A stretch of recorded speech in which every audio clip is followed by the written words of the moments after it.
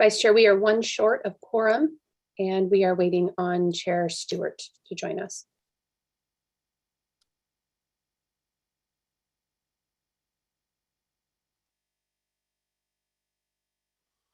Good morning. This is Councilmember Bill Patena here. Good morning, Councilmember Patena. Thank you for being here with us. You We'll get bet. started in just a minute. Okay, thank you.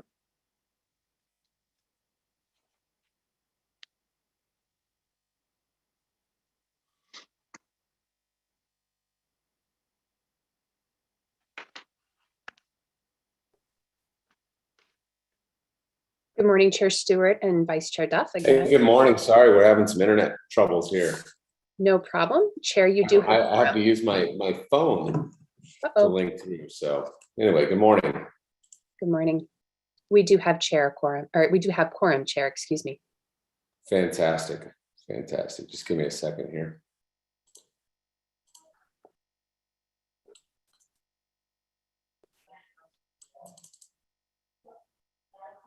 Okay. So we have a pretty big day, or a pretty big meeting ahead of us here. We've got a lot of topics to cover. So I'm just going to pull up the agenda real quick and get started. So, so as we get started today, one of the things we want to remember is if you're going to chat or if you're going to speak with us, make sure you turn on your mics and let us know who you are, because some people are listening via phone only, so it'll be important for you to share that. And since this is a virtual meeting, I think we've already taken roll call, and we have quorum, so we'll be ready to go. And if you are on the phone, you'll need to press *6 to unmute yourself. So we will now begin the meeting. Did you already do roll call? We have not yet, Chair. Okay, thanks, Kelly. Well, you can go ahead and start with that if you don't mind. I would be happy to, Chair. Thank you. Thank you. Councilmember Campbell. Councilmember Klein.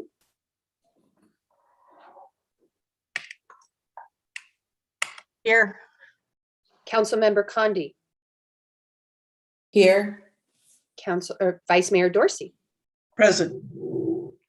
Vice Chair Duff. Here. Supervisor Gallardo. Vice Mayor Janik. Here.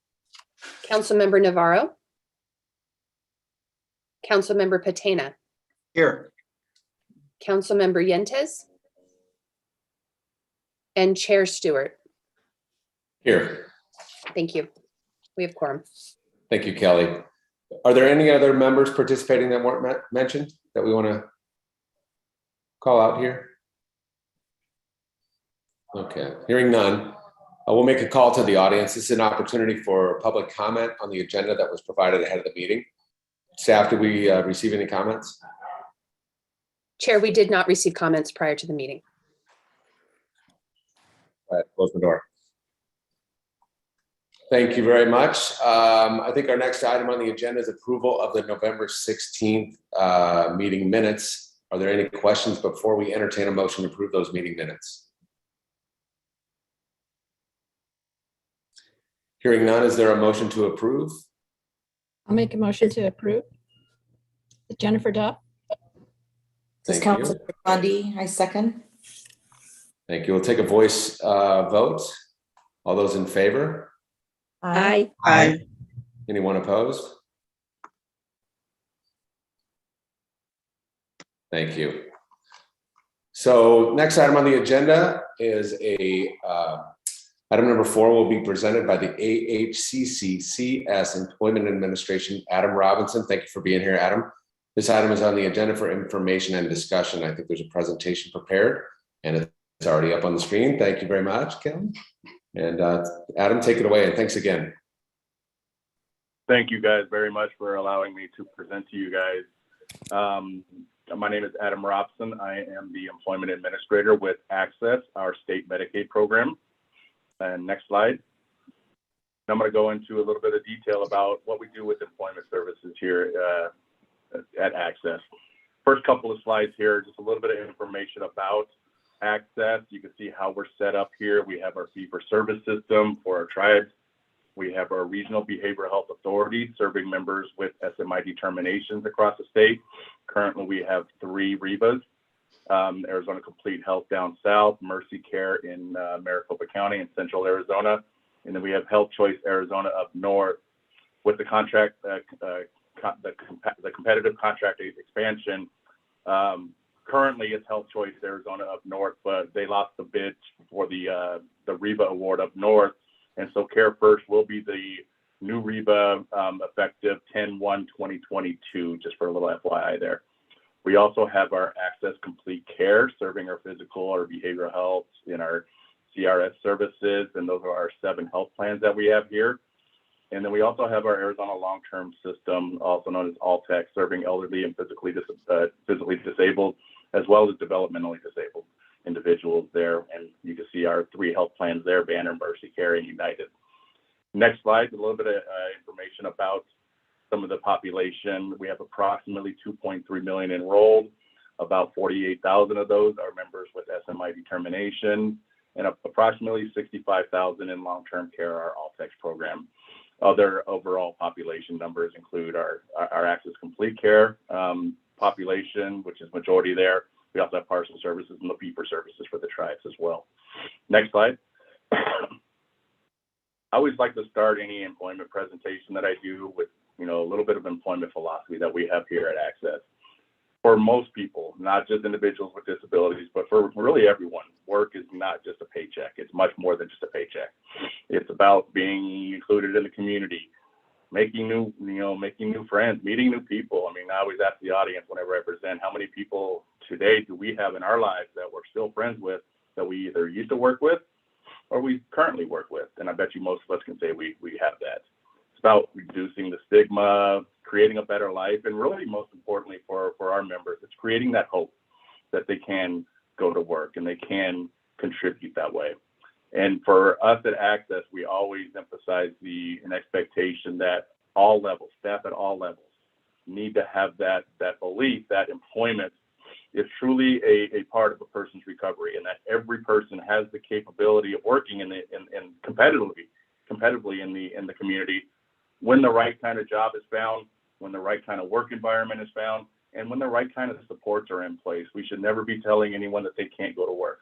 Anyone who has that interest to go to work should be given that opportunity. Next slide. Arizona, we are an employment first state. In 2017, Governor Ducey signed an executive order declaring Arizona an employment first state. And employment first itself, it's a philosophy. It's based on the belief that all people, including individuals who have disabilities, have the right to work in the communities.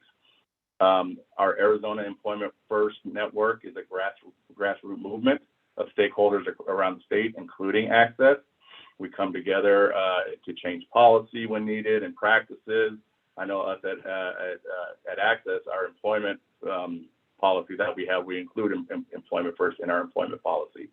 And the overall goal is obviously to increase those job opportunities for people with disabilities. And in a nutshell, with Arizona First, it really means that employment, competitive integrated employment, should be the expectation for all Arizonans who have a disability. Next slide. So there's different ways to receive employment services, and there's obviously individuals can go out in the community and find their own services and self-refer and all that, but these are ones that are tied to Access that we have. So we have Voc Rehab, otherwise known as Rehabilitation Services Administration, and RSA is the federal agency. If you're not aware of, too familiar with them, RSA is the federal agency that oversees the state Voc Rehab programs. We have an interagency service agreement with Voc Rehab, which we'll go into here shortly, but what it does is provide some specialty supports and services for those members with SMI determinations, but we'll get into that shortly.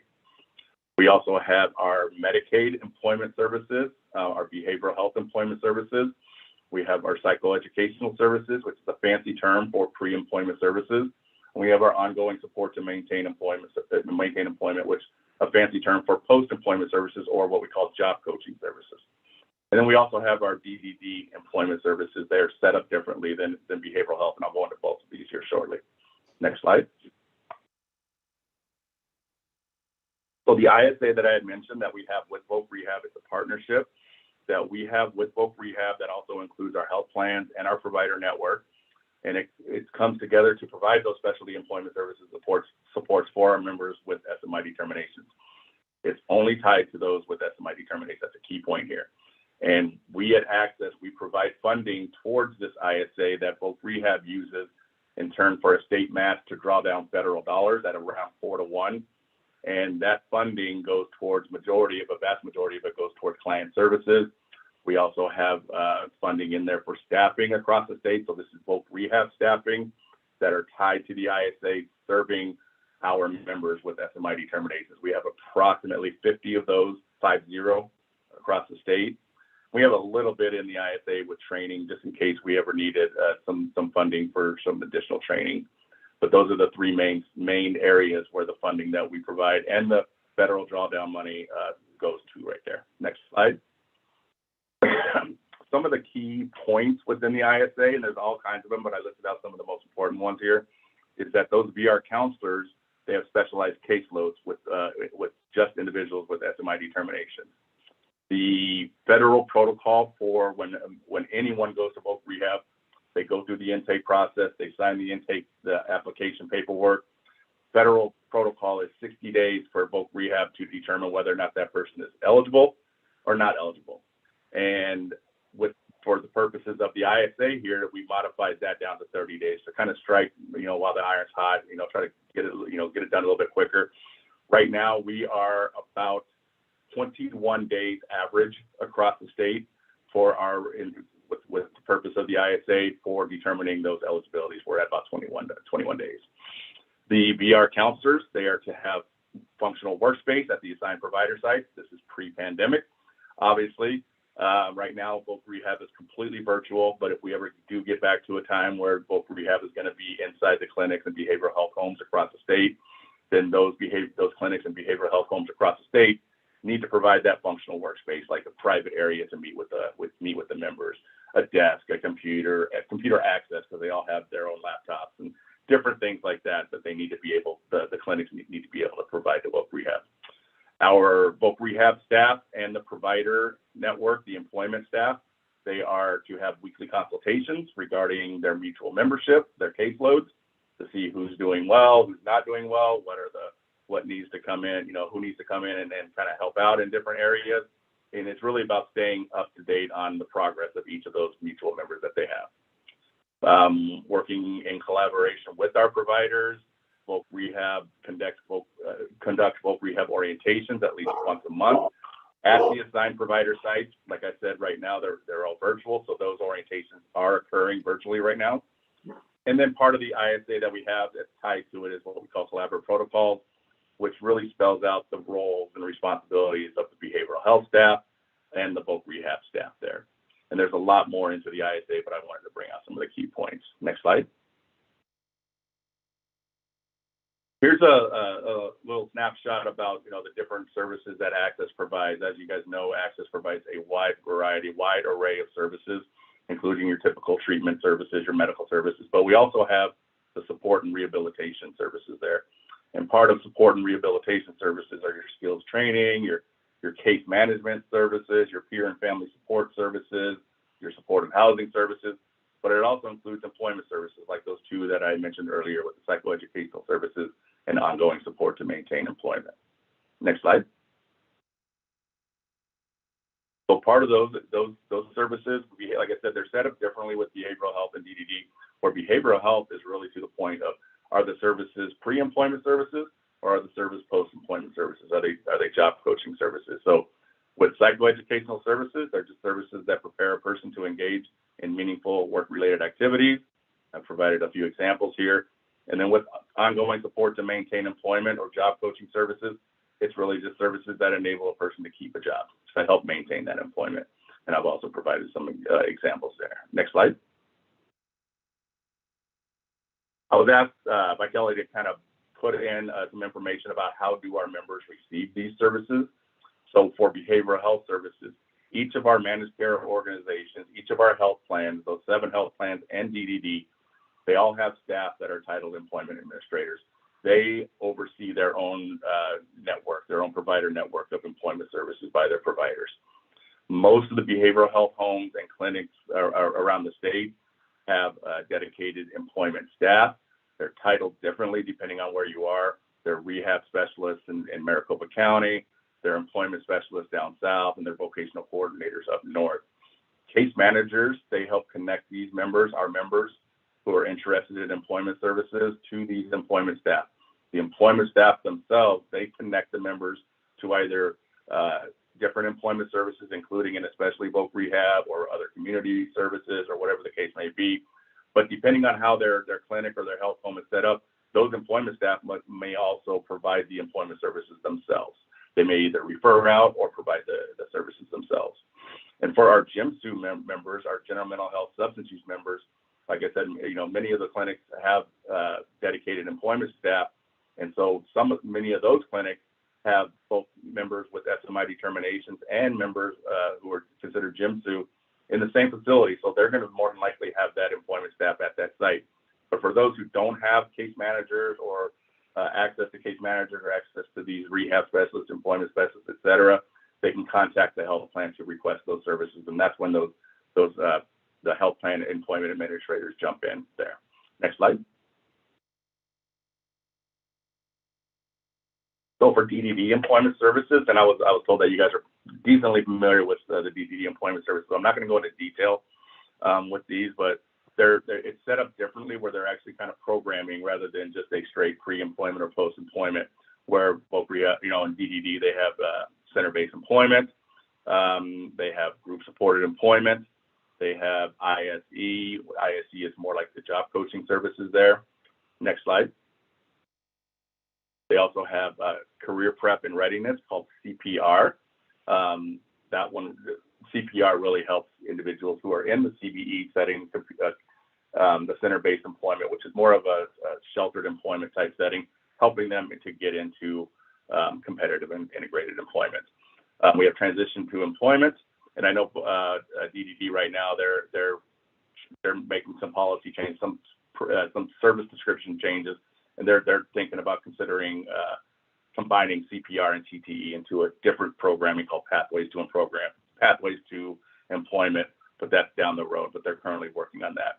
Then we also have ESA, our Employment Support Aid, which helps our individuals who need that additional level of support while on the job. Next slide. So how to receive the long-term care support, the employment services here. So employment support and services are available to our members who are eligible for ALTEX based on assessed need. They have planning teams that talk about all kinds of goals, including obviously the employment goals. And when I say when applicable here, meaning whenever the individuals are interested in employment. So they look at their work history, their skills, their interests, et cetera, and kind of guide it that way. And the planning team itself can be a variety of different ways that they have a planning team. It really consists of the member, the support coordinator, the DDD support coordinator, their family or guardian, any relevant service providers. Maybe they're in a day treatment program right at the time, maybe bringing that provider into the planning team meeting. And then really anyone that a member wants to join their planning team can be part of that. And so when the support coordinator, when the time comes where a member is interested in employment services, everyone, especially the member, agrees with the services that are being talked about, the support coordinator will add those services to the person-centered service plan and then submit any necessary authorizations to get those services implemented. And this includes the support coordinator will put out what they call a vendor call, to where vendors who do have the openings to be able to serve additional members will reply to the request. Next slide. At Access, we just recently, when I say recently, when did we do this? Approximately maybe 2017, 2018, we developed our first ever employment policy at Access. And it's called ACOM 447. And it includes, among other things, we have contractual information listed in there. We have 4 pre-identified workforce competencies around employment that we have in there. And those competencies are member engagement, meaning engaging members, whether they're interested in employment or they don't think that they're interested in employment, and engaging members towards the concept of employment.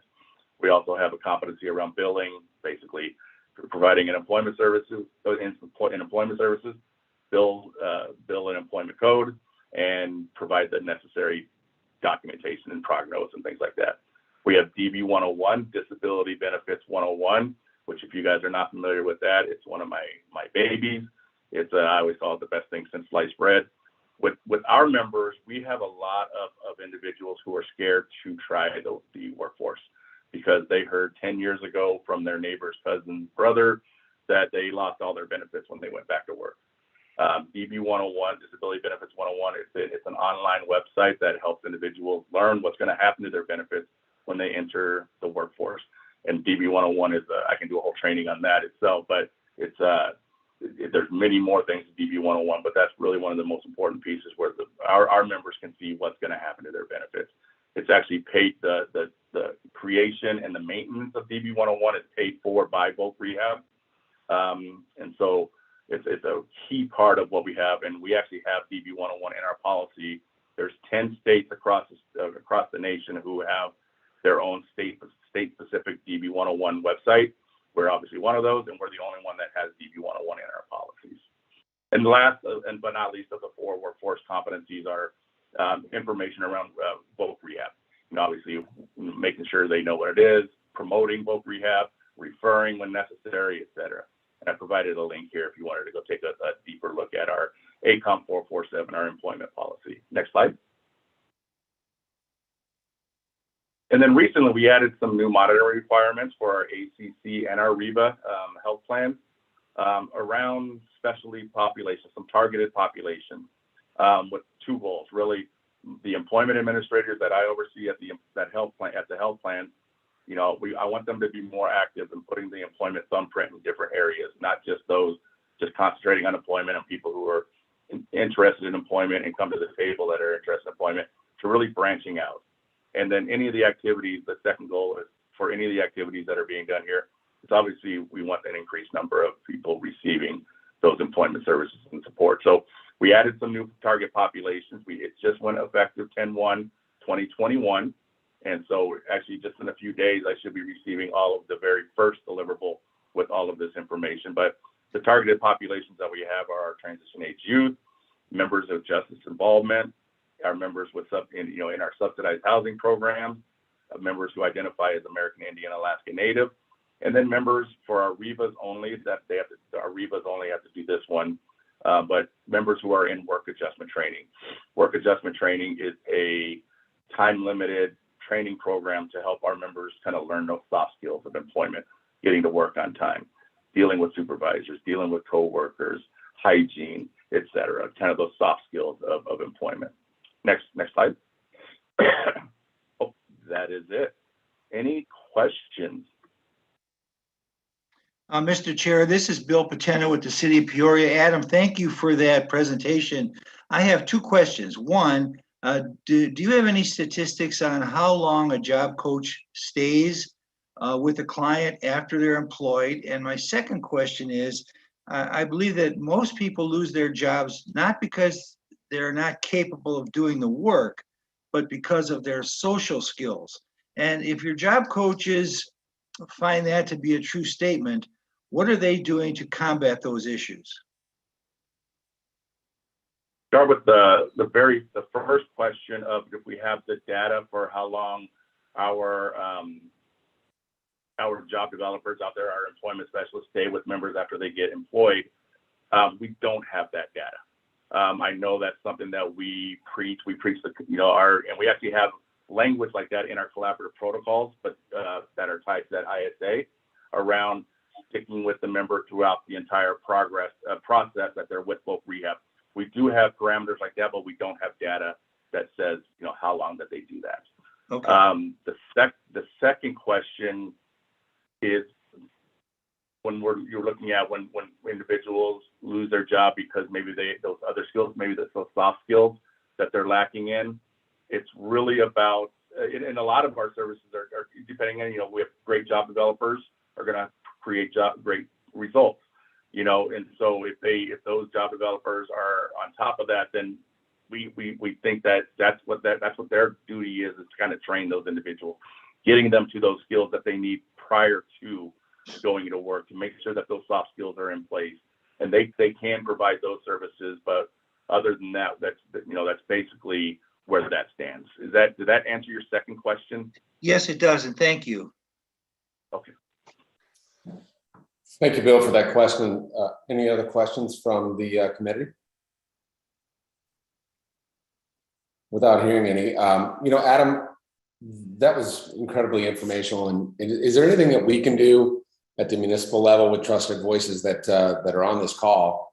Is there anything that we can do to support at least from an information flow, getting the word out about what you're doing? Is there anything like short and sweet that our staffs can push out on our channels or anything like that? The only thing I can really think of with that is just promoting, obviously promoting Voc Rehab. Voc Rehab is such a great resource to have. They have so many services, and they help break those barriers, especially for our members with those SMI determinations that they may have. There's so many services they have to kind of break those barriers and help our members get. So it's promoting Voc Rehab for one thing, because we do have that special tie with them. But DB 101, Disability Benefits 101, like I said, you guys can promote that. If you guys need me to come back and do a training on DB 101, I can. So it's a great resource that we have, and promoting that. And I have all kinds of information about it, brochure, not brochures, but like just educational information about it that I can send to Kelly, to help you kind of get that out if you guys want that. But it's really about promoting those two, the two things that I can think of right now. That'd be great. I know I'll just speak for myself and possibly the committee as well. I'd love to see a couple of high level pieces of digital material that we can push out with possibly a link that will feed people back to your services, so we can get the word out about the great work that you're doing. Kelly, can we work together to make that happen for everybody that's on this call? Chair, absolutely we can. I will connect with Adam and follow up with you all. Fantastic. Thank you so much. And I know from previously working with Kelly, she knows all about DB 101 and how much I promote that. So, well, we're here to help. So thank you. Cool. Awesome. So this is just for information and discussion. We're going to disseminate some more information to the team here, and we'll move on to the next item, which is our Maricopa County employment programming. So during this part of the agenda, Jacqueline Edwards, the Director of Human Services for Maricopa County, will present on the county's array of employment services for citizens, kind of dovetailing on what we just talked about. And this item's on the agenda for information and discussion only. So Ms. Edwards, take it away. Thank you. Thank you so much. Kelly, is the presentation going to be put up, or would you like me? Okay, super. Thank you. Thank you very much, everyone, for having me here today. I'm really excited to talk to you about workforce development services that are offered throughout Maricopa County and to each and every one of your residents. Next slide, please. So first and foremost, Workforce Innovation and Opportunity Act. That's where we get our funds from. It's from the Department of Labor. So this is a federally funded program. It goes to the Arizona Department of Economic Security. And then what the governor does is designate local workforce areas throughout the state. And so we have something very unique here in Arizona, but kind of unique across the country, is that we have a donut. So the city of Phoenix is a designated local workforce area.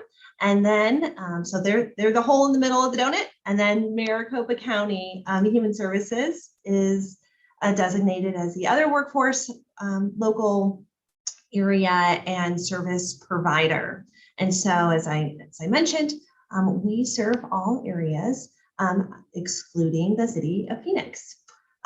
It's in workforce, it's a shared governance model. So both the Board of Supervisors and their appointed Workforce Development Board have authority on decision-making and strategies. And really the purpose of workforce development under WIOA is to help those adults and youth who have barriers to employment to get on career pathways, obtain those high quality jobs, and connect them to the key industries and employers in our community. Next slide, please. So there's 4 major program categories here. And so just to briefly speak about them, we have the adult program. And so those are, folks that are 18 years or older.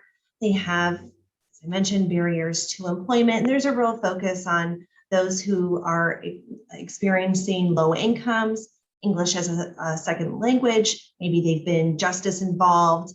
They've experienced homelessness. So it's a whole, group of folks that they are experiencing some type of issue that is preventing them from achieving what their goals are in a career pathway. Then we have youth, the youth program. And so that goes from 16 to 24 years old. So there is an overlap between programs, but the youth one it's very focused on those who are out of school. So maybe they've dropped out of school, they haven't gotten their GED yet, and dropped out of high school at some point, or maybe they finished high school, but they didn't go on to any other higher education or technical or trade school. So it's a focus on those youth to, again, help them have career exploration and be on a fruitful path for gainful employment. Then there's the dislocated worker program. So certainly this is significantly increased because of COVID and folks who have been laid off or terminated. And it's really a focus on staff from employers who have downsized or closed altogether. Then there's the business. So it's, primarily the program is focused on those job seekers or the youth. However, we cannot be successful if there is not business or employers out there. So the Workforce Development Board works with labor market information, works on it with the state as well to determine what are the in-demand industries and occupations. And so for Maricopa County, the in-demand industries is healthcare, IT, manufacturing, especially like heavy manufacturing, finance and insurance, construction, and then transportation and warehousing. And when I say transportation, that's really the trucking with CDL, warehousing, the major warehouse and distributors that we have seen grow in our county, especially in the West Valley over the course of the last decade or so. Next slide, please. So what does Maricopa County Human Services do for workforce development? So depending on what the needs of the person or the entity are, we have a wide variety of opportunities to really help and support people on their journey for their career. So, this is the programs are not intended for people who have, they've gone through their four-year degree program, or maybe they even have a master's and they've been laid off. They're already well into their career on their career pathway. This is really for those folks, like I said, who have barriers to employment and haven't yet found that career that they are passionate about, that they have the skills to meet the needs of the industry demand. So what our staff does is for Jobseeker Services, we provide career counseling. So, depending on what someone's skill set is, there's assessments done. Maybe they say, oh, I want to go into healthcare. However, after the assessment, they, realize like, oh, well, you don't like being around needles or blood or testing or whatnot. Okay, that's probably not the right career pathway for you. But oh, you're really analytical and you're paying attention to detail. You have great customer service. Oh, maybe an IT call center job and that stepway in a career pathway is something that works for you. So that's that career counseling, that education. We're here to provide the information to the job seekers or to the youth so that they can make an educated decision on what works best for them. It's not for us to determine what career pathway they should go on. It is for them to have all the information and the tools to be able to do so. So we help with job search and occupational skills training is one thing that we do as well. So that means connecting them to training providers for short-term training programs that are really specific. So this may be training programs that last anywhere from 6 weeks to 9 months. And it could be, with the community colleges, it can be with private training providers. And this is really for that first rung on the career ladder. So medical assistant, dental assistant, childcare development. There's, IT, certainly the IT and manufacturing focus as well. And so there's a number of different trades and training programs. All the training programs have to be approved by the state. There's an eligible training provider list. So what folks know is that when they're going to those training programs, that they are going to get the skills and the certifications that they need to be able to get that job afterward. Apprenticeships. So we work with apprenticeship programs, especially those in the construction industry. So we have a number of electrical apprentices that we work with on an annual basis, as well as other, road work, plumbing, and other approved apprenticeships here in the state of Arizona. So both with the occupational skills training and apprenticeship programs, what happens in these areas is that we're able to approve funding. So, these folks may have had or may be unemployed or underemployed right now.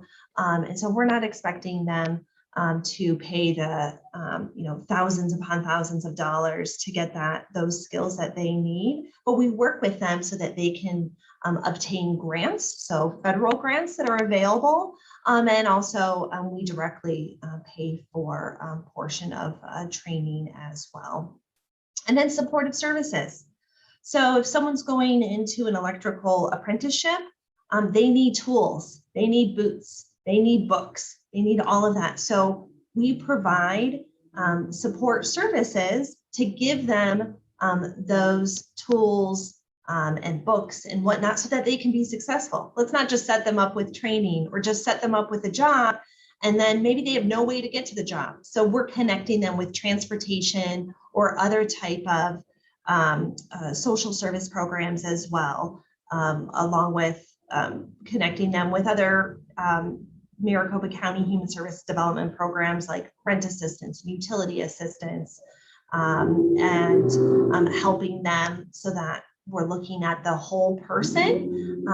Because when you go to work, you have your life and your family, everything else around it. So we want to make sure that they are set up for success.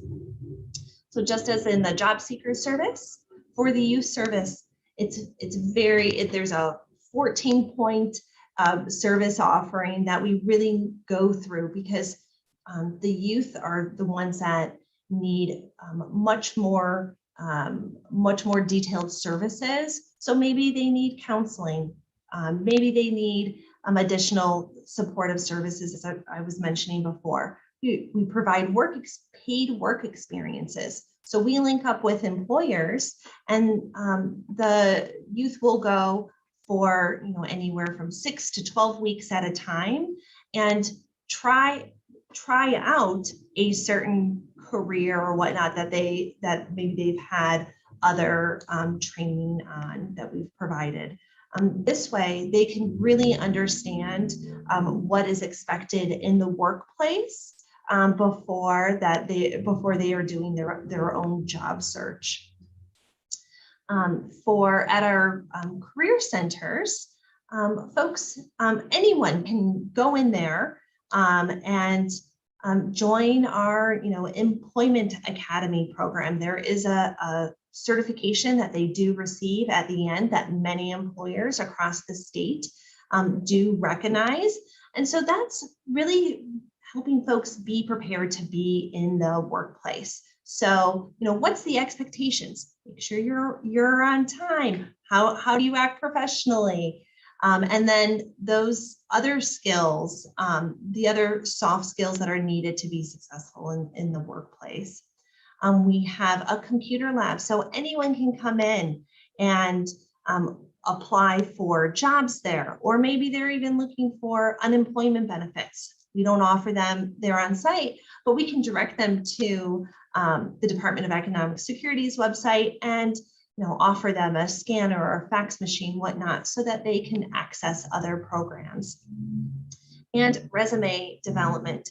So we know that what someone writes on that resume is so important. That's what employers are going to pick up on. So we have staff that work with anyone walking in the door to help them get their resume up to snuff and ready for employers to take a look at. In addition to our individualized services that I've just described, we offer services right to businesses themselves. So providing them labor market analysis, labor market information, provide career fairs. We do customized recruitments. So the thousands of people that we work with on an annual basis, we know what their strengths and weaknesses are. We have their resumes. And so we're connecting the folks that have gone through training, that have really worked hard to get on that career pathway, to connect them with businesses. We want to meet businesses' needs. So we'll do that customized recruitment as well. Next slide, please. So where can folks access these services? They can apply for services, of course, online. We do have that virtual format. They can connect with our staff. They don't have to go in person. They can go on the Maricopa County Human Services Department website, click a link, fill out some information, and so they don't have to leave the comfort of their own home, especially with the spikes in COVID that we're having right now. But for those career center services, we have 2 career centers, one in the West Valley and one in the East Valley. Our West Valley Center is in Glendale. Our East Valley Center is in Gilbert. I do have a note. We are moving to Mesa supposed to be in July of this year. Those big career centers may not be the best place for us to attract youth. So we are at the Peoria, or have been at when these places are open as well. We're at the Peoria Community Center in Tempe, as well as in Mesa. So areas where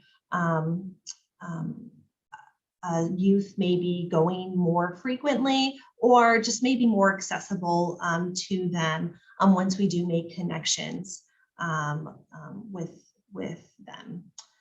We also have access points across Maricopa County with community-based organizations where we're providing itinerant services. So someone can go in, they can pick up information regarding what internal trainings that we're providing. We've been doing trainings virtually over the last couple of years as well, so they don't have to go in person, and they can access. Sometimes we'll go out to those access points and do job fairs or other recruitments on behalf of that organization or businesses as well. Next slide, please. But on top of all those locations, one thing that I'm really proud of is our partnerships with cities and towns. So with Glendale, Scottsdale, Surprise, Tempe, and Wickenburg, we work in collaboration with those cities and towns to offer very specific services, workforce development services, to meet the needs of that local community. So it's going to take a little different flavor in each one of those areas, because just as each one of you know, needs in your local community are going to be different from one community to the next. So in one area, there may be lots of business engagement and specialized recruitments going on because of the city's own, economic development practices. In other areas, it's a focus on priority populations. So those experiencing homelessness, or we're trying to attract for a specific industry like IT. And then we coordinate with the city's programs. So, the cities who are offering other type of human service programs, or are offering community center programs for the youth. We're coordinating and connecting with them. And the great thing about this, we know how huge our county is, right? The land size is massive, and transportation is always such an issue. So we're not expecting folks to come out right to the center in Gilbert or in Glendale, but in their local community, they can go and access services as well. And these workforce development coordinators, they are managed by the Human Services Department in our Workforce Development Division, but it's a shared funding model. So we both the county and the city have a stake in this being successful. And so that it's a 50-50 share between the county and the participating city and town.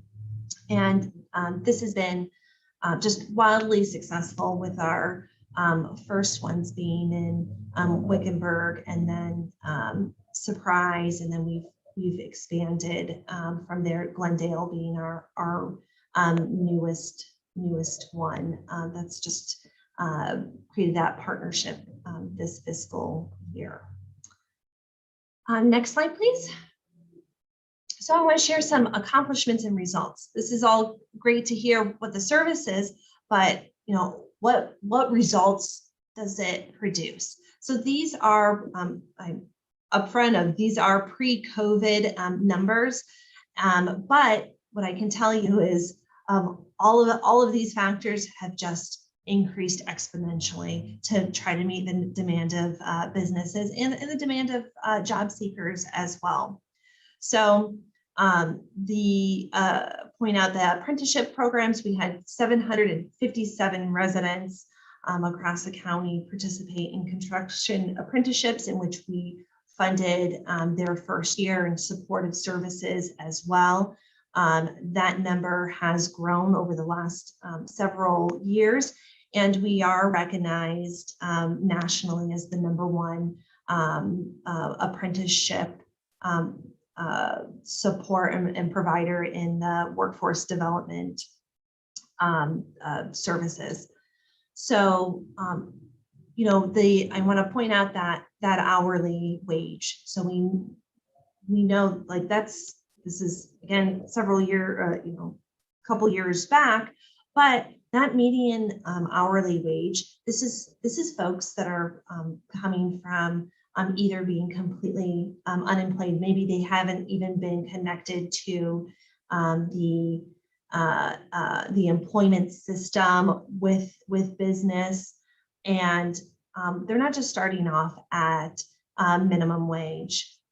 They're starting off at a higher wage. We've seen this number grow, $17, $18 an hour. And so that very first rung on that ladder, and that really sets them up for success so that they can be self-supporting and grow their career as well. Our credential attainment, so I talked about the occupational skills training that we do. 72% of our participants have earned a credential in that year, a very high success rate. And job placement, so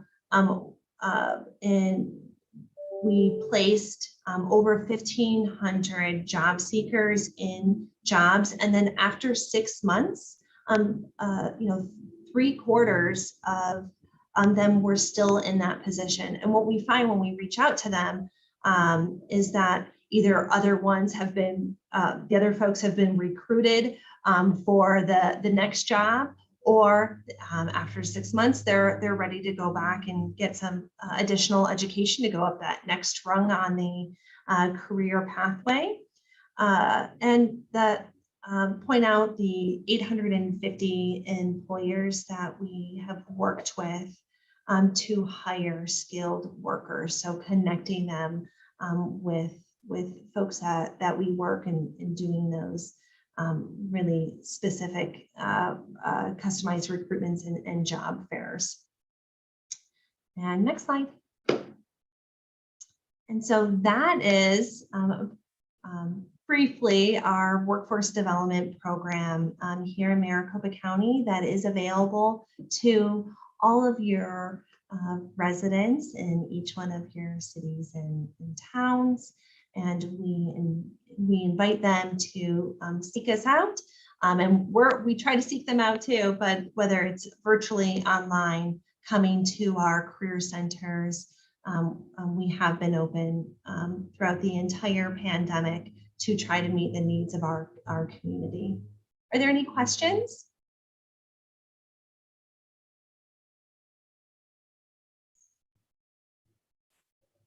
Mr. Chairman, this is Vice Mayor Dorsey. I have a question or two. Go ahead. Ms. Edwards, I have a couple of questions. One is, where are the participants receiving their training? So training is, depending on what training, we do offer trainings, soft skills, and that employment academy within our workforce centers. But training providers are located across the county. Now we do see that, most of those training providers do set up shop more centrally located, but it's also the community colleges. We work with them. They have training programs as well. Not everything is a 2-year associate's degree at the community college. There are 9-month programs, give or take, that folks also participate in. And do you have any idea or on the numbers as to how many folks are receiving credentials through the community colleges, and how many are using like private providers? I don't have that number offhand. It is something that I can take a look at and provide back to Kelly, though. I think that would be really helpful, because I'm concerned that we're not making the most use of our community college system and the economic value that is to our citizens. And so I think that would be good information for us to see. Sure. One thing I can tell you, and it's different because of how large our community college network is. And so depending on which college, there is some have more flexibilities than others. Some of the barriers at the community college level is because of the timing of the programs. They may be during the day while folks may be obtaining their education and be working at the same time. Also, the community colleges very often run on that, even if they're 9-month programs, more on the semester schedule, and the private training providers are having a more continuous cohort that are going through. So sometimes if someone wants to access a community college program, they may have to wait 6 months or more. We do work very closely with the community college network to really try to bring these concerns to them, and how they can further expand their opportunities as well. There's Westmac and Event. So those educational institutions as well that provide it both at the youth level, but also at the adult technical education as well. And those are training providers, are considered public training providers as well, and offer significant flexibility for folks too. But I'll get that information. Another area that I think would be helpful for us to have more information, especially available to the public, would be more of a breakdown on the median wage. I think the target career areas, those are high-paying, skilled labor jobs, and certainly should be paying well into the mid $25, $30 an hour area. So I think it would be good for us to understand how many people are being placed in those kinds of careers and how many are being placed in lower paying careers, so that we can see whether we're being effective with the taxpayer dollar in really moving people out of poverty and into, good paying, taxpayer paying jobs, and, increasing the overall quality of our workforce. So I think if we could get numbers on that are broken down and show much more, a much better indication of the effectiveness of what we're doing, I think those would be helpful numbers.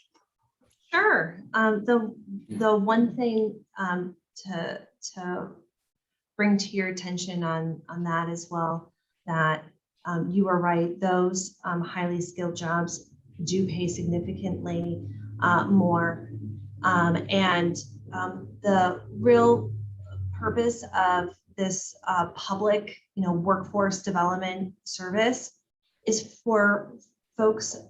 They have, like I said, they have a significant number of barriers. And so we're getting them, we're working with them to get them on that first rung of the ladder. So we may not see it in our program, but it's for them to get that foot in the door, that they're having the training and the certification, so then they can get up to that as a next step. We do not fund community college, like associate degree programs or bachelor degree programs. Some of those higher skilled positions do require that, but we're getting them set up so that they are understanding what their career pathway can be and what the that wage attainment is going to be in the future. So it may not be right now, but it's setting them up for success as they move throughout their career. Okay. Then I think it's important for us to understand what's available to people for those next levels of their career path. Yes, of course. Yeah. Make sure I'll get this information to Kelly. Very good. Thank you. You're welcome. Thank you, Monica. Great feedback and questions. I think we were probably all thinking about those things as well. So, are there any more questions from the floor? Vice Mayor, this is Allie Klein from Surprise. Hi, Allie. How are you? I'm good, thank you. Good. I have a question, and maybe Ms. Edwards can answer it, or maybe this is something for the future. Looking at Westmeck is close by in Surprise. So any information that we have on our increase working with that organization would be helpful. I know they have campuses all over Maricopa, but I'm also interested in your apprentice programs and how we might be working with the unions and their apprentice program and getting some more information about how that works and how that's available to either people changing jobs from something they have decided they no longer wish to do. So those would probably be adults as opposed to our young folks, but additionally coming into people who may, instead of taking 4 or 5 or 6 years of college, to get jobs that don't have the huge burden of education debt. So if that's something that could come back to us either in some additional information or some information that could be shared at another time, I think that would be very helpful. Sure. So to address the relationship with the county and Westmeck, we our assistant director who leads our workforce development division actually came from Westmeck. He's new with us this year, and we are working directly with Westmeck on a partnership, just like we have that partnership with cities and towns, like in Surprise, to have one with Westmeck as well. We want to make sure that the pipeline that comes out from there, that we can connect them right with employers, and then our folks in the community, we can connect them right with the great training that Westmeck provides. And we're trying to do the same thing in the East Valley with EVIT as well. For the union programs, we work, there's both unionized and non-unionized apprenticeship programs. We work with them all. I'm very proud of the fact that we are #1 in the nation on apprenticeships and funding those, and really working with the apprenticeship programs here in the state of Arizona to help folks like you said get right into a very high paying and a wonderful career right off the bat. I am my family is I come from, my father was an apprentice and went through that and generations before as well. So it's a wonderful career pathway for folks to go on. There is the state has a apprenticeship coordinator through the Department of Economic Security. His name is Willie Higgins. And so I'll give Kelly Willie's information, and that would be a great person to really dig into and understand how those are approved and set up, and he can give you numbers as well. So we certainly work with the participants, connecting them to the programs, but Willie can give you the ins and outs of it. Outstanding. Thank you for that question, Ali. We appreciate that. Jacqueline, very thorough, and we appreciate the work that you're doing. I think you might have had a typo in one of those slides because I didn't see Chandler on there. And no, just kidding. But can we reach out to you if we want to get involved on a more local level and move the needle forward on this, because it's extremely important to begin to elevate the conversation about this. Yes, please do. Kelly has my contact information. So whether it's you or one of your staff in your city or town, we'll be happy to work with them and see how we can provide greater partnerships. Jacqueline, thank you so much. Great presentation. Thank you so much, everyone. You know, when we opened our meetings, I'm sorry, are there any further questions? I kind of jumped the gun there. Chair, I would just like to share for Councilmember Dorsey that we also have economic data available at MAG. And so I will put a request into our data division to pull information regarding median salaries, et cetera, to try to further answer those questions along with the information that Director Edwards provided today. Fantastic. If you could go ahead and share that with the entire group, that'd be great. Yes, Chair. Okay, thank you. So next item on the agenda is a presentation by TJ Reed, our regional homeless project manager with MAG Human Services team. When we started and working with Vice Chair Duff, you know, we made it pretty apparent that we were going to be talking about homelessness in just about every one of our meetings. So we will continue that discussion today, and we're looking forward to this this update on our regional homeless plan. I think it was voted on unanimously by MAG's Regional Council in December. So this item again is on for information and discussion.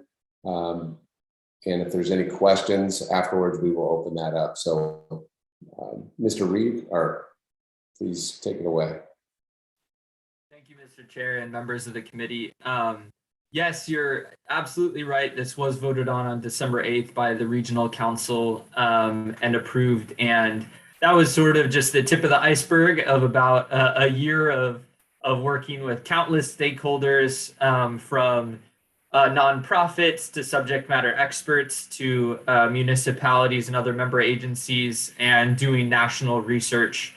There was quite a bit of work that went into it, and a lot of collaborations and push and pulls on the things that some things were contentious and some things were not, but at the end of the day, we were able to all agree to prioritize and focus on homelessness. And I think that it's been shown in this committee as well, of trying to focus more on housing and homelessness, that this is something that we all can't ignore. And I think that was what the Regional Council really agreed to, is regardless of if your point in time count says 0 on it, we all are experiencing higher levels of poverty in our communities, higher rates of rent, more people who are burdened by rent and having housing issues. And so whether you're downtown Phoenix with lots of people on the street, or you're an area that just has rent burdened individuals, we need to figure out better solutions for our folks. And one of the mayors even brought up, he's like, my daughter can't even live in our town and she has a good job.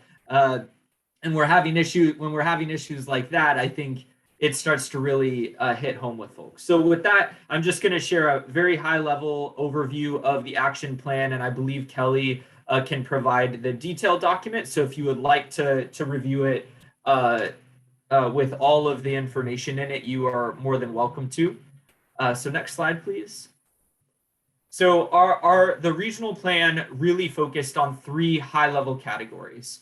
One is working regionally and together. Though we can all take local actions, there is a regionality with a problem like homelessness. There's not just a city bound that says like, okay, I'm not going to cross that because I feel like it is really impacting all of us. Increasing safe housing options. It wouldn't be a homeless plan or a housing plan without emphasis on housing. And then lastly, it's diverse partnerships. Homelessness crosses sectors, healthcare, substance use. It works in housing, right? It works in workforce. There's so many different aspects to it that it's not just homelessness is one thing. It is sort of a broad umbrella across the board of all of our sectors. Next slide. So within that first category, we really focused on getting commitments from every single local and tribal government to really focus on financial or in-kind resources. This is new stuff that would be happening, not things that already exist. We need to push the needle with an aggressive problem. We need aggressive solutions. And I'll just briefly touch on the others. So improving access to data for decision makers like yourself, that we need to have the right data to be able to make decisions in a timely and appropriate way. A regional public education campaign to really demystify homelessness and talk about workforce and affordable housing. Make sure that the facts are out there and we're not relying on things that have just been anecdotally spread. And then lastly, we don't want this to be a plan that just gets put on our shelf and left forever. We want this to be something that is tracked, updated, iterative, and responsive to what is going on, because during COVID, we saw very peculiar spikes and declines in our homeless populations. And so with that moving kind of landscape, we have to be adaptive as well. Next slide, please. On the second one with housing options, we really looked at our data and trended it out and said, based on what we're seeing right now and the projections over the next year, we need these number of units to decrease our homeless population by 25%. We thought that this was the balance of pushing people and ourselves to be uncomfortable, but also not overcommitting to something that we cannot accomplish. This will be reviewed quarterly and annually updated to make sure that our numbers are reflective of current trending in our homeless data. So if our numbers spike, these numbers will go up. If we implement new housing programs, these numbers will go down, right? And so there is an aspect of this that, again, is iterative. There are a few programs that I think Jacqueline left, but the county has really stepped up and funded some core programs related to landlord engagement and working with landlords to continue to accept vouchers, which are a primary mechanism for many homeless individuals to get housing. We want our coordinated entry system, which is really one avenue that people access homeless services, to really be geographically equitable. So if somebody, whether you're far north, far south, west, or east, you're able to access the services that are available through coordinated entry. And really supporting the diversion program. So there, you may have heard of the, there's work within the justice courts right now with community legal services in the county. We want to make sure everybody is equipped with the legal knowledge, with rental assistance resources to be able to avoid evictions prior to getting there. And then next slide, please. The last is supporting diverse partnerships. So there is a particular emphasis on the criminal justice system and options like community courts. So rather than promoting more barriers for people experiencing homelessness by fining them or not allowing them to resolve their fines through other mechanisms, this is pre and post adjudication mechanisms to deal with warrants, with fines, etc., and reduce those barriers for people to get into housing. The next is really focused on street outreach and getting people who are living on the streets in our local communities connected to appropriate services like medical, behavioral, and substance use. You just heard a presentation on employment. We're looking at options to really integrate and expand employment for homeless individuals. It's a different thing working with individuals who don't have homes. It's very much a problem with access and different types of issues for things like showers. Where do you store your clothing, right? Like there's a lot of questions that you or I may not have to deal with when we're talking about going to an interview, but it is very important for us to establish employment that is really appropriate and fit for individuals experiencing homelessness. The last two are really related to coordination within government, interdepartmental teams.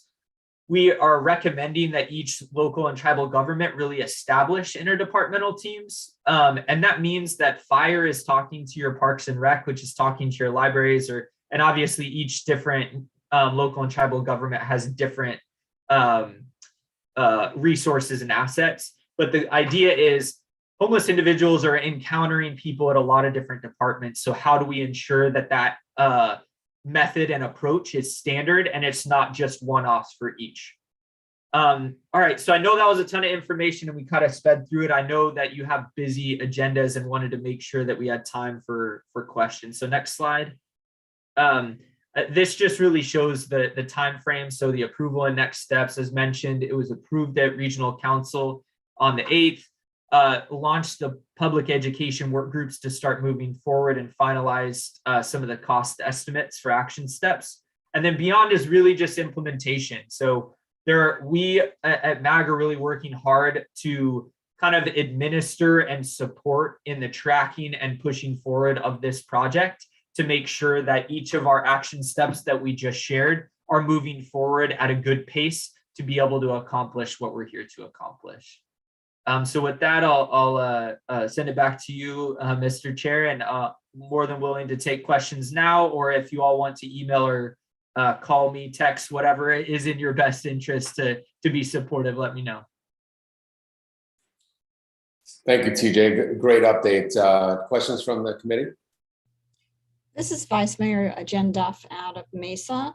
I have a few questions. Do we know what percentage of our housing inventory would be classified as affordable? I don't have that number off the top of my head. And you, by housing inventory, you mean of our entire housing stock within the county? What would be that percentage? Is that the question? Yes, I saw some numbers on what units were needed and such, and I was just wondering how much are affordable, especially with the cost of housing becoming a crisis.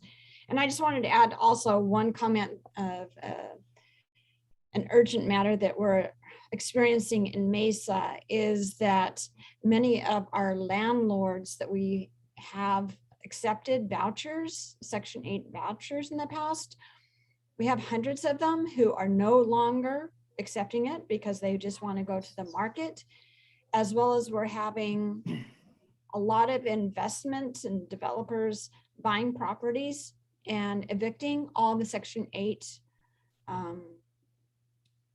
residents, as well as, you know, mobile home parks. They'll buy it and then evict them and choose a different housing model there.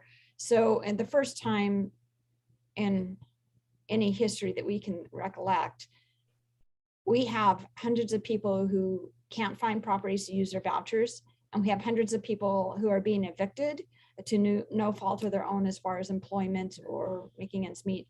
It's just the investment model. So we're at definitely a crisis on top of what's already happening with our homeless.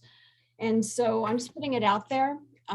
Maybe other cities are experiencing the same thing, and I'm just worried, like, what do? We don't have even the places and even using our ESG, enough places to house people that are experiencing emergency housing. Vice Mayor Duff and members of the committee, unfortunately, that is not a unique experience. I think not only across the county, but across the state and the nation. There is unprecedented amounts of new housing going up that, yeah, exactly as you described. And so there are a couple of efforts underway to support that. And then also on a policy level, that is going to be one of the ways that is at least addressed or at least somewhat mitigated. In the meantime, this landlord engagement effort that is happening through the county and Home Inc. is an attempt to provide. What they're doing is they've added funds to incentivize landlord participation. They've added funds to have risk mitigation funds. So if the unit is damaged or even destroyed, that there is money to completely cover the costs of that. And then they have a centralized phone line to call related to questions or problems with voucher users, so that it can be troubleshoot shot. That is not the end all be all by any means, but I think that is one effort that I believe to be something that will be beneficial. There has to be a lot more done, especially on the policy level related to that. The only other thing I wanted to mention in relation to your question, the 25% is not even just related to affordable housing. It is related to dedicated for homeless housing. So we weren't even including units that were just affordable. We were only including units that were like dedicated, that were permanent supportive housing vouchers or actual structured buildings that were dedicated to people experiencing homelessness. And then on the temporary side of things, like that would be like your shelters. There are a lot of different shelter models, but solely dedicated to homelessness. So we can definitely get that affordable housing number. I just wanted to make that point of clarity and difference that 25% is really purely focused on homelessness and not even just affordability. Great. Thank you very much for the information. Thank you. Is there any further questions from the floor? TJ, every time we talk about homelessness, we're always looking for, we've got basically a two-pillared strategy, right? We're dealing with the triage of helping people immediately, and then we're trying to understand the root cause of a lot of this. And there's a number of different factors that go into that. One of the things that I'm always curious about, and I don't have any data on this, but we have a huge influx of both internal and external immigration into the state for job reasons and for others, which is putting significant pressure on our housing supply. I think I've saw something, we're 18,000 homes behind, and there's half the home builders that there were in 2006 that there are today, et cetera. And then you're having some zoning issues in cities from time to time. This is kind of stepping out of the box here. Have you ever seen any data? Have you ever heard any data from communities that have a net decline in population growth? Are they experiencing the same thing we are? So I'm looking at sort of this causal effect. Is there any way we can maybe do some research on that and provide some data behind that? And then I'm also interested in maybe seeing what sort of free market solutions that some other cities or communities are using to try to alleviate some of this pressure, in helping our homelessness, right? Find temporary housing and then moving into, because it works. Once folks get stable and then they can get recovered, or they can get their feet underneath them and get employed, and we can usually move them into permanent housing and they can flourish. I'm just curious if you've seen anything like that, or if that's something we might want to broach in our next meeting or two. Sure. Well, Mr. Chair, members of the committee, I think the first question, I don't think communities that have lower or declines in population are seeing anywhere near the issues that those are with the population growth that we're seeing. There's national research, and then also just based on our local experience and all that the data has shown over the past, I think, 5 years, especially over the last 2 years, but and even since COVID, is that we're the fastest growing county in the entire country. Our rents are rising at higher rates. Our homeless populations are rising at higher rates than our homeless rates are rising at higher percentage rates than anywhere else. And then our rents are basically like neck and neck with other communities in terms of percentages. So there is at least some relationship, and in the national studies, there's I don't think they would say it's necessarily like causal relationships, but they definitely will make the case that it's like, if you're growing that fast, there's going to be market issues of simply the fact that there's not enough housing. And so what ends up happening is the housing just booms in terms of prices, and you're going to see people getting evicted and other problems related to homelessness. And we've definitely have the data to evidence that in our Maricopa region. In terms of other solutions, I think across the country we did some national research, and that's where a lot of these action steps came from, is what is working in other places and how can we at least attempt to replicate with the full understanding that every community politically, geographically, like all of these different things will impact it. And Maricopa is different in many ways, but let's try to take some of those lessons learned and then build this plan with those things in mind to be able to use it. And I think the plan itself has a lot of flexibility to really be able to adapt based on what works best for each local community too. So, but a great question, and I agree with you on both senses. It's worthy to explore for sure. No, and I guess that was a great clarification, because that's essentially what the regional homeless program that was voted on is encompassing. So I probably just need to take a deeper dive into that program with our city manager and learn more about it. Well, thank you for the high level, but definitely detailed information. It's a great presentation, so thank you very much. Are there any other questions from the floor? Okay. Well, we are running up towards the end of this meeting here. And so we are taking requests for future agenda items for next month's meeting, or our next meeting, I think, is it in March or in February? And are there any topics or as it relates to the Human Services and Community Initiatives Committee that we would like to have considered for discussion? Chair, this is Ally from City of Surprise again. Before we take new items and related to housing, I would just like to give a shout out to our wonderful Seth Dyson, who provides us with so much good information. We have 2 really great programs that are coming along as far as housing support. We have we'll be opening a new entry information center where people can actually come in and put entry into the coordinated system in the next couple months. And we will have 2 transitional housings, one that should open in early fall and one probably in late fall. A New Leaf is a nonprofit organization that we've partnership with, and maybe the rest of you know about them, that will have the entry system, and then we'll have a transitional housing system for women and families that should come on board. And then working with the Native American connection, they just closed on property that will be available as transitional housing for youth 18 to 24. And so between those 2 properties, we'll definitely have a significant opportunity to support the transitional housing program as it goes forward, and have someone on this side of town that will be helpful for doing intake and linking up with access and the other services that are available. So we're really excited about that. So I just wanted to let you know that that's something that we're managing to accomplish. Well, thank you so much for sharing that. It's great information. We're grateful. So are there any future agenda items that the committee would like to hear? Okay.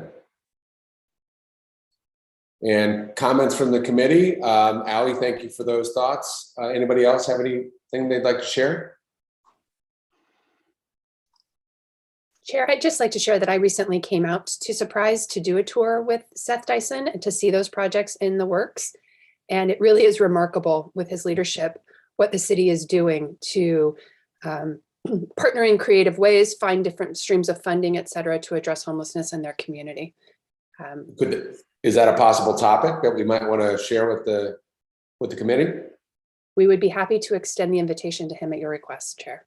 Ally, thank you for presenting that. That's a great lead in, and let's go ahead and put that on the agenda as soon as we can, as their schedule permits. So, all right, any other thoughts, comments?